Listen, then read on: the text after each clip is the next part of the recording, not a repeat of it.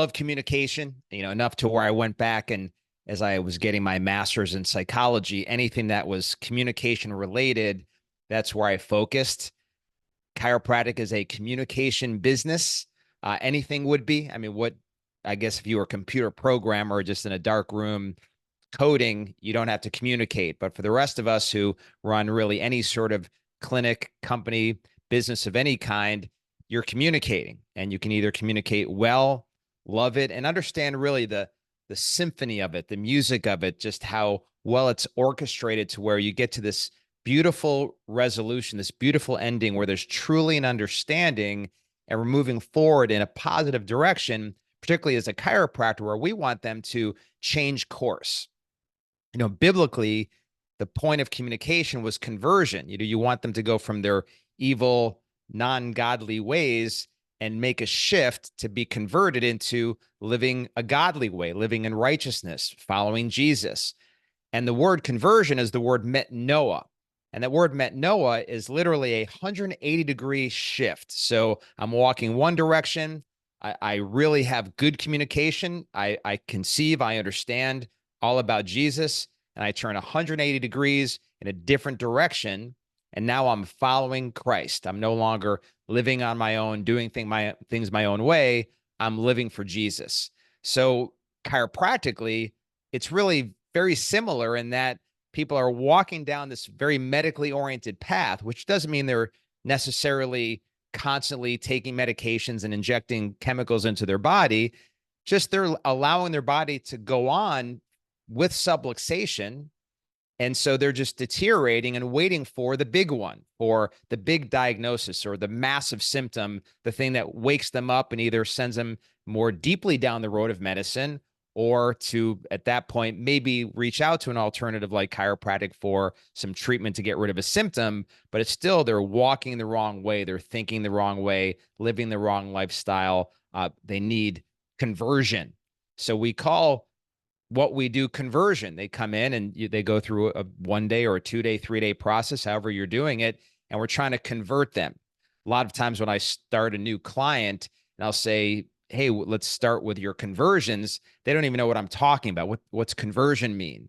Because they're just usually saying, okay, you came in, your back hurts really bad. Let's treat you until it doesn't hurt as much. And then you quit. And that's your more standard chiropractic.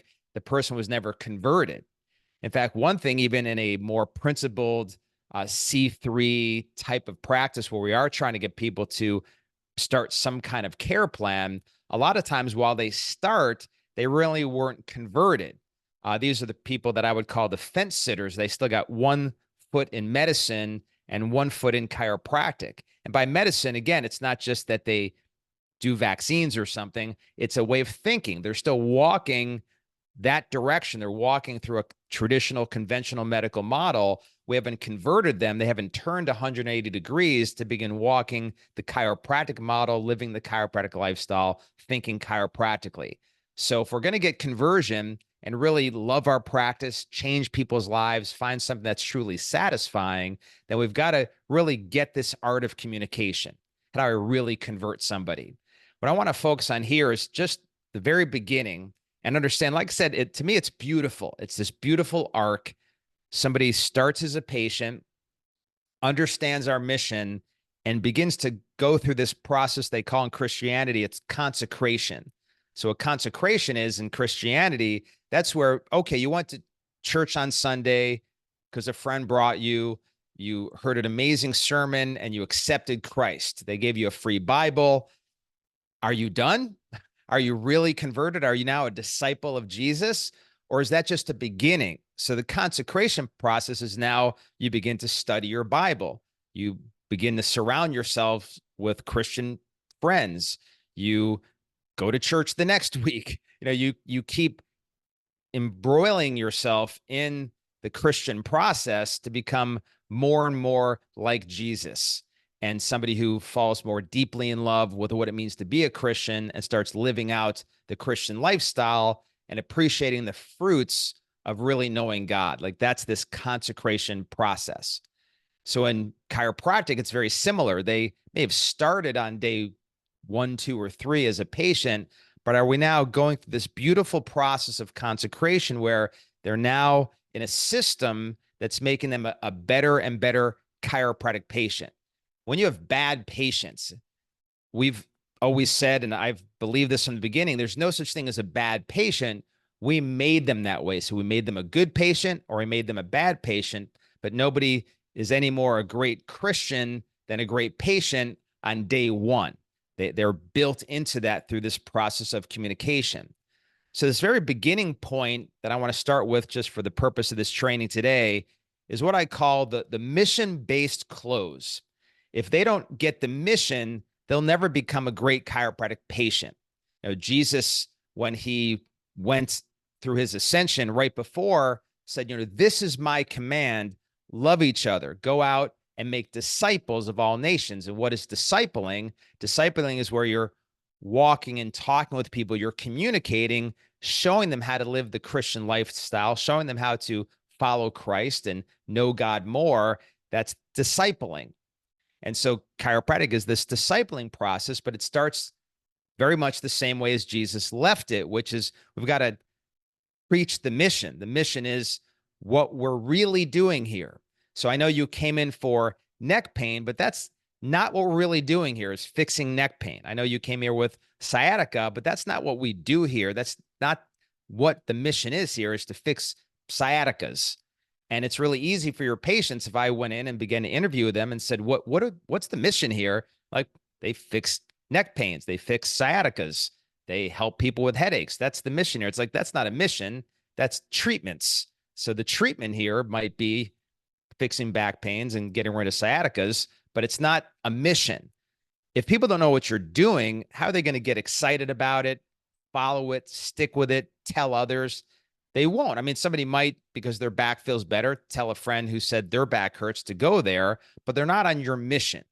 And I use this word satisfying, fulfillment. These are words in positive psychology that we use around actually enjoying your life, being engaged with your work and actually being glad you went to chiropractic school and loving what you do.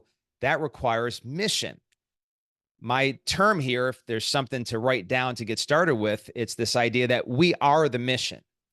So it's not simply that there is a mission. We are the mission. We're a walking, talking, breathing mission.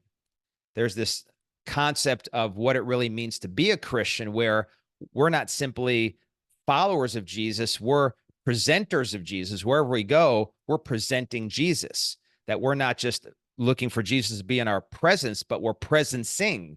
Like, wherever we go, we're revealing the presence of Christ, who's imparted power to us, working in us and through us to spread the gospel and bring more people to him. That's what it means to be on the co-mission, to be part of the mission, to be the mission in Christ. Well, it's the same thing in chiropractic. I want to make sure these people understand what we're doing here and be part of it and go out there and impart this in the community so we can expand chiropractic and our culture, lifestyle, way of thinking, and shrink traditional medicine's thinking, lifestyle, way of being, so that we could save the world. So we are the mission. I'm a walking, talking embodiment of this mission of chiropractic. And no matter what else I might get into, I might get into decompression, I might own some real estate, whatever it is I'm getting into, at my core, I'm the mission of chiropractic. That's who I am. That's what I'm doing. And so we have what we call this mission-based close. So they've now gone through an exam. They've now gone through the report. They've seen their x-rays. They understand what's happening with their nervous system and be given a care plan. So they've got that done. But at that point, they still don't know what you do here. They just saw their case, understand the costs and what the visits are, and there's an expectation that whatever condition I have, it's going to go away. But what about what I'm doing here that's going to make them a great patient? There's this foundational point that people are driven towards. They're attracted to a group bigger than them with a purpose greater than theirs. So they must know the purpose behind being here, or we're just basically dealing with the average person who, if the pain goes away, they sort of lose interest. If the pain doesn't go away, they sort of lose interest. And we just sort of go through person by person, body by body over the course of our careers without seeing this ever-growing building of the mission with these followers of the practice who are all about saving the world alongside you and with you in perpetuity, because they never heard the mission. So I don't like to start the care. So me personally, you could drop this in wherever you want. You can do it after they start on a day 3 or day 2, whatever your process looks like, day 4. You could drop it in after they've started. Personally, right before we get into their care plan, I like to let them know who I am and what I'm about, so you know what you're getting yourself into. And I believe they're more likely to start when they know about the mission from the beginning. Some of you might get concerned, well, I don't want to detract from their pain and their care plan by dropping mission in here. I believe the opposite. I believe there's a point of connection that I'm making by sharing the mission that, one, again, helps them see into me so that they like the person who they're trusting their health and their money with over the next several months. So I believe that part's important.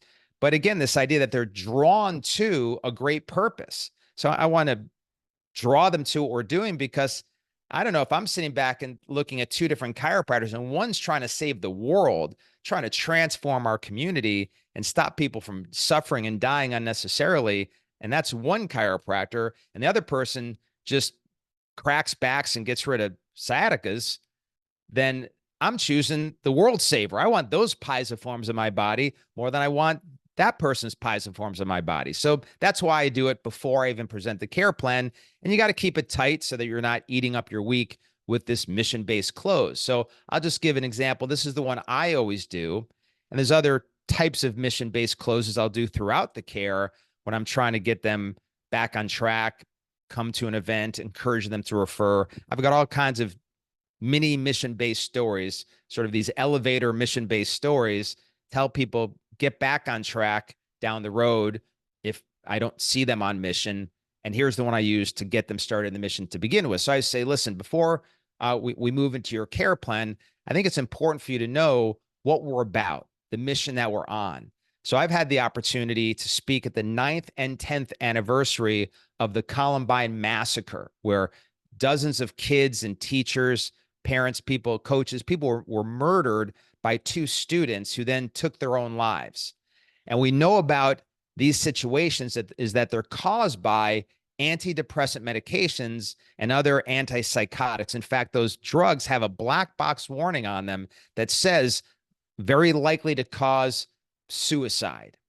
And if you continue to read other side effects, aggressive, dangerous behavior is other parts of the side effects. So every one of these shootings, these people have been on these drugs. And I can tell you that in this clinic, we can fill this place, this 2,000 square foot building, from floor to ceiling with all the drugs that I've gotten people off of, or they've never taken in the first place because of the care we provide here. So here's the thing. I saw that you have kids. So could you imagine that your child was not just unhappy, but clinically depressed and being put on one of these or multiple of these medications?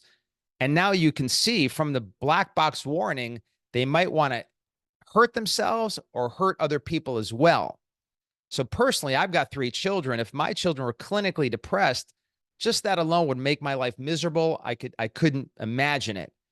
But also at night, I couldn't sleep, because if I heard any noise, I'd go sprinting into the room to make sure they're okay. And I would fear sending them out to school or anywhere else in the world, knowing what these drugs could cause them to do. So here's the thing. Within a 1-mile radius of where we stand right now, there are hundreds, if not thousands, of people that are going through this, and we can help them. But I can't reach them all on my own. I need your help. So what I'm asking you right now is, in addition to your care, we're going to be very focused, obviously 100% on you getting well, but will you help me? Will you help me reach out into this community to help bring this message out there, save lives, save families? You know, you've heard today about what chiropractic can do for people. Will you help me reach them? And this is an important model, important truth. It's a science where if they agree to help you, it's called the congruency principle, and they're going to want to act in congruence with what they just agreed to. And so we'll let them know when you come in tomorrow, as we go over your exercises, one of the things we'll ask you is, who are some people you can put down that we can reach out to and help, or even organizations. You're speaking to your pastor, going to your work to help get this message out there. Okay, great. And then we go into their care plan. And the next day, we get into the close and we fill that sheet out. And some people will invite the people they write on the sheet, they'll invite them right to a dinner, right to a talk. Others, we're trying to get them right in the clinic to do some sort of free or discounted first visit. And so it's this, again, beautiful art of communication where we've done the job we need to do in our conversion process. We've finished with mission. They're now on the mission. They've started their plan, come in the next day. We're filling out a sheet with people we're going to invite to a dinner or into the office. And it's just this beautiful orchestra. It's a symphony of communication that's leading people towards being a more mission-based patient. As we start the consecration process, we can experience metanoia as they are truly converted, turn around 180 degrees, and become this phenomenal mission-based member of your practice. Hopefully that helped. Go out there and fulfill the Great Commission, the Chiropractic Commission. Bless you all. Love you. And remember who you are.